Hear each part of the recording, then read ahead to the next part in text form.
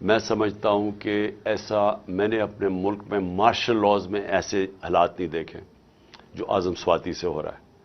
اعظم سواتی کا قصور کیا تھا؟ اس نے ایک ٹویٹ کی جس نے اس نے جنرل باجوہ کو کہا کہ اس نے NRO 2 دیا پاکستان میں۔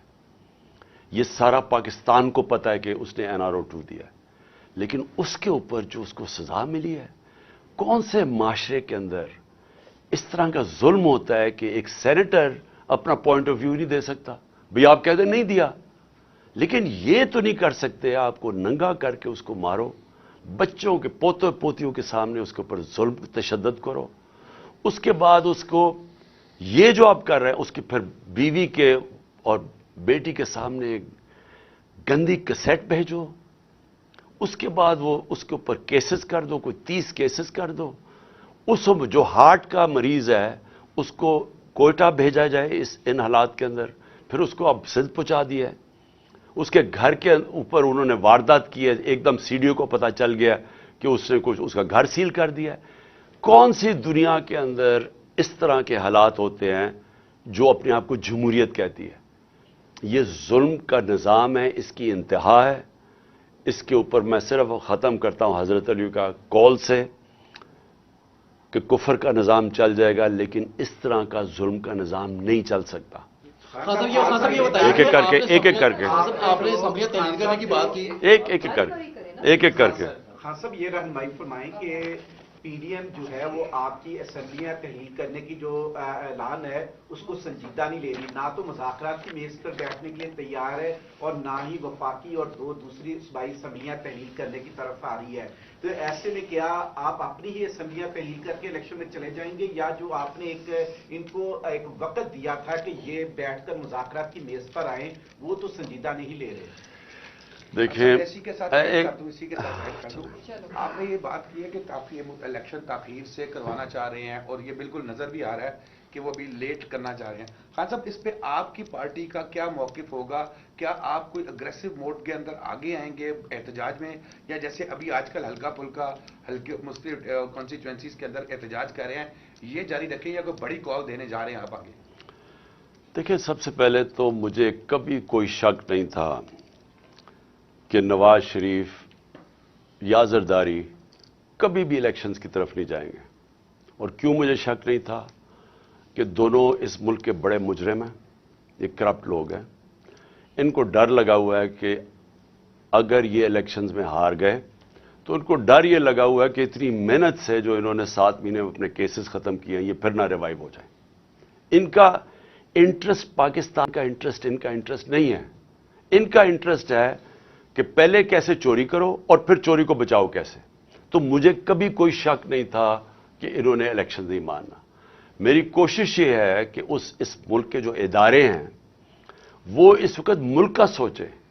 یہ میں عمران خان اپنا نہیں سوچ رہا، مجھے اپنے ملک کا خوف آیا ہوا ہے، اور اگر یہ ملک خدا نہ خواستہ جس طرف تیزی سے جا رہا ہے، جو دنیا کہہ رہی ہے آپ کے ڈیفالٹ کی طرف جا رہا ہے، اگر یہ ادھر چلا گیا، اگر کسی نے مثلا یہ ہوپ کر رہے ہیں کہ IMF یا چائنا بیل آؤٹ کر دے گی، اگر انہوں نے نہ کیا تو یہ ملک کی جو حالات ہوں گے یہ سارا ملک افیکٹ ہوگا۔ ہر وہ آدمی جس کا جینا مرنا پاکستان میں وہ افیکٹ ہوگا، سوائے وہ جنہوں نے ڈالرز میں اپنے پیسے باہر رکھے ہوئے ہیں۔ لہٰذا میں نے جب یہ فیصلہ کیا تھا مجھے پتا تھا انہوں نے نہیں الیکشن کروانے، اس لیے ہمارا پلان پورا وہی ہے۔